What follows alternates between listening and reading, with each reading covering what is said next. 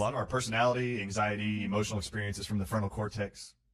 So I have a question for you. Yes. The frontal cortex being in the front of your head, right behind your skull, in the front of your forehead, if this can be damaged and they can find evidence of inflammation markers and its impact on the frontal cortex in both concussions and long haulers COVID, possibly, as they're looking at it now in the study, as they're looking at that, what correlation is there to removing stress and inflammation off of the frontal cortex and upper cervical chiropractic care? So there, my mentor and just a dear, dear friend of mine, Dr. Scott Rosa, he's in New York. He's been doing so much work with this. He actually works with Dr. David Harshfield, who's actually an MD, and they have joined forces and they've put together some things. There is, you can actually see pooling of cerebrospinal fluid when the brain can't get rid of things because of that corkscrew that's happened right there, that bottleneck that's happened because of the atlas misalignment. So there's actually a picture that I brought that actually shows the pooling in the front of the brain. That one right there. Okay, so the first one is pooling. You see that white that's at the very bottom, that's at the very top of the head there? That is actually cerebrospinal fluid that is stuck there. That's swamp water sitting in the brain. So top left, red arrow pointing. Yes. White, bright white. Okay. And then 20 minutes later, so I was actually privileged to be at Dr. Rosa's office when he does these before and after MRIs. And what we actually see here is we see the after effects. You see how the pooling is gone? That is about 20 minutes after having an atlas alignment, where that pooling is now gone. That's awesome. From a chiropractic adjustment? From an atlas. Upper cervical? Upper cervical alignment, yes. Specific adjustment? Yes. So this is not conspiracy theory. I see evidence. This is actually in a medical book now. This is what... So I have a question. Yes, go ahead. So as we see changes in water retention, cerebral spinal fluid retention around the frontal cortex, as you see in the left image, then that reduces on the right side. Mm-hmm. And you see, if you look at the bottom, you'll see an arrow, bottom right, bottom left. You'll see it's the term spinal stenosis, or restriction of fluid going from the brain down the spine. Okay, so you'll see the arrows there. Pay attention there. That's where the cerebral spinal fluid's got to flow down through the spinal column, through the atlas, down to the spinal cord. What kind of differences would an individual like this perceive that we would see on an image like this, but what would the patient might experience as a change within those 20 minutes? Is there any that they might see as an improvement here from 20 minutes out? Yes. So in particular, I remember Dr. Rosa said in one particular patient that he worked with that he felt like that there was a toilet flush in his brain. So, I mean, that's pretty descriptive. That's pretty descriptive. You know, all that pressure built up in there and all of a sudden it just got flushed. Yeah. You know, sometimes patients really feel kind of like a little lightheaded because all of a sudden that vertebral artery is able to kind of send blood and oxygen up to the brain. They're like, whoa, they feel kind of like, I don't know, loopy even, just for a few seconds, but it's like, wow, what just happened? And then we see changes in their posture immediately. They're able to lift their legs equally. Their leg length becomes completely even. Why would that happen?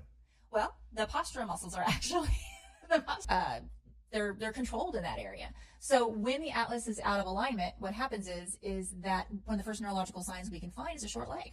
It's not actual, anatomical short leg, it's a functional short leg. So that hip comes up, a whole contracture happens. So basically it's an entire muscle spasm occurring on one side of the spine, tilting that hip back and pulling that leg up. So once we adjust that atlas, immediately after, you see that leg length come down and that hip comes down, that whole contraction just goes away instantly. They're like, I can't believe that just happened. Only the chiropractors are loving this actual analogy here and real life experience. As we're walking through airports in the mall and we're watching people's gaits, you can tell immediately they're out of alignment at the atlas. Atlas out. Yep, exactly right. So the whole body's connected. Yeah. Is that what we're talking about here? The whole body is connected.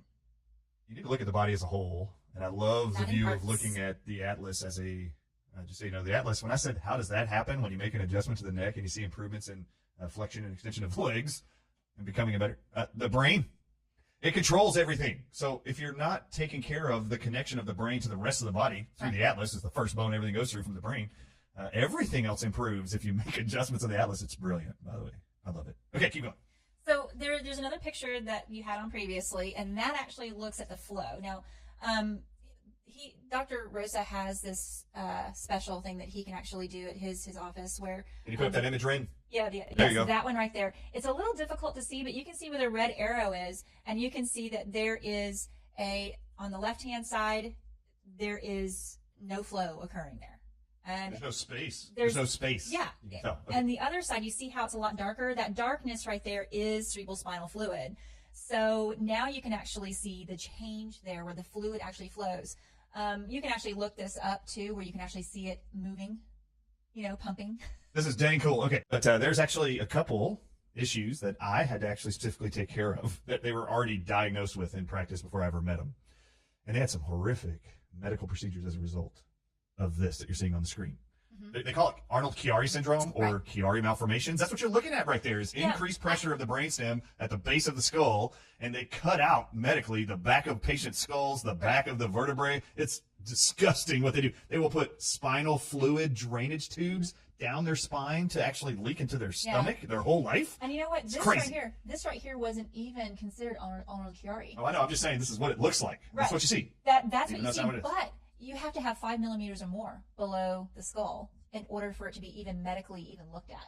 But what we're looking at is we're looking. I think I'd rather catch that early. Yeah, I know, right? What we're looking at they call it Chiari 0.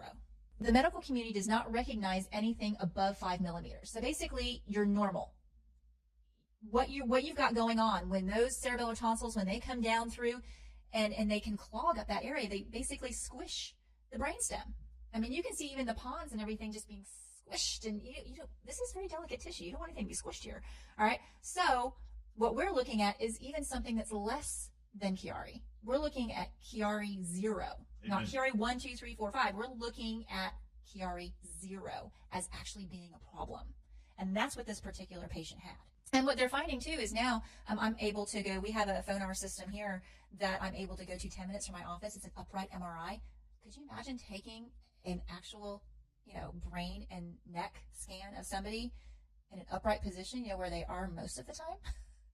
They actually show that they can see 43% more of these things going on. We put the correlation together between these two things, between the symptoms of the neurological and psychological symptoms of long COVID, along with post-concussion syndrome, where, I did 300 hours to learn how to take care of patients like this.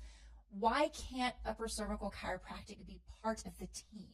Can't do it remotely. Tell them where to find you. Okay, I'm in Plano, Texas, near the intersection of Coit Road and Park. And I'm about 6 minutes north of the George Bush Tollway. They're going to first find you online. Tell them where. Yes, healthworkstx.com, 972-612-1800. Give that number again. 972-612-1800. No conspiracy theories here. Upper Cervical works. Yes, sir. Upper Cervical. Atlas. Take care of the Atlas. The brain can then communicate and control the body's function as God designed it. All right. Amen. Last thoughts. You got 20 seconds. You know what? If you're suffering, sick and suffering, and nobody's giving you your why, come see us. Maybe we can do that. Thank you very much, Dr. Taylor, for coming in. I love chiropractic. I love all of you audiences worldwide. Stay safe, stay educated.